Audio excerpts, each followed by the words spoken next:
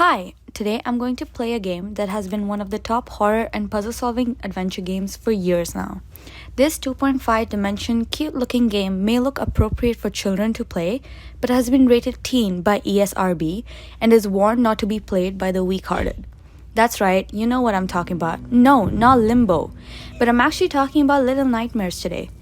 This game, as you can see, features a 9-year-old girl called Six who explores the depths of a mysterious and nightmarish vessel known as the Maw. Published by Bandai Namco in 2017, this game swiftly gained a following and attracted a large audience who loved horror, puzzle performer, and adventure games. The game's content and atmosphere is designed to evoke fear, tension, and sense of unease in its players, and hence is enjoyed by those who love an atmospheric, suspenseful gameplay and are not averse to dark, grotesque imagery. This reminds me of the classic games such as Alone in the Dark and Resident Evil 1996. Moving on, as I continue to play this game, I'll be breaking down some of the MDA framework specifics of it. The M for mechanics, being the algorithm components and the rules, as noticed, are limited to basic controls such as walking, sprinting, looking around, crouching, but also interestingly includes grabbing and a control for the lighter she carries with her. The rules are pretty simple. Survive. Six passes through each level as she navigates through the environment and interacts with objects to solve the puzzles to clear the levels. The dynamics. Being the players' runtime behavior that I discovered while playing the game were jumping over obstacles, using the lighter to light up the place, grabbing things to climb, pulling things around in order to place them strategically, or coming down places.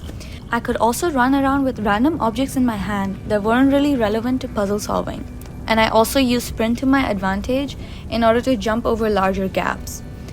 In terms of aesthetics, Little Nightmares, as mentioned above, is characterized by its disturbing and atmospheric visuals, which in turn contribute to the horror and unease. The game's aesthetic aims to immerse the players into the nightmarish world and evoke emotional responses such as fear, discomfort, and curiosity. The sense of vulnerability combined with the need for resourcefulness creates a suspenseful and unsettling experience. After playing this game for a while, I got quite used to the controls and rules of the game, and hence decided to transition to queer play.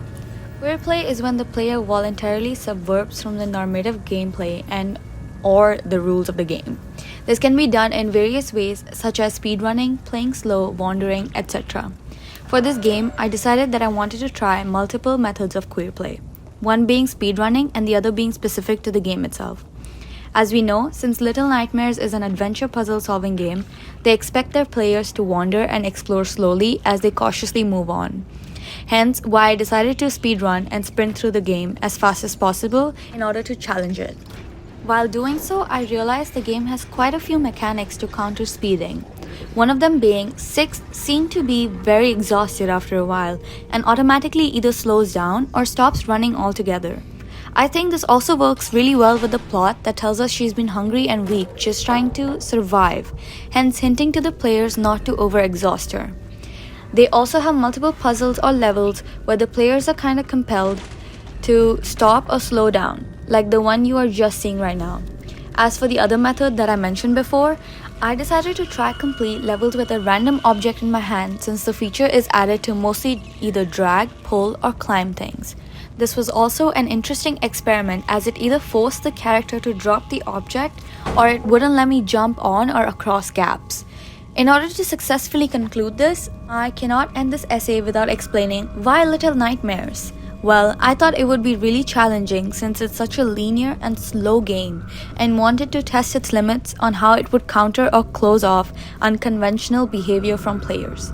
It was also interesting to experiment since it was one of the first few times I've played this game myself.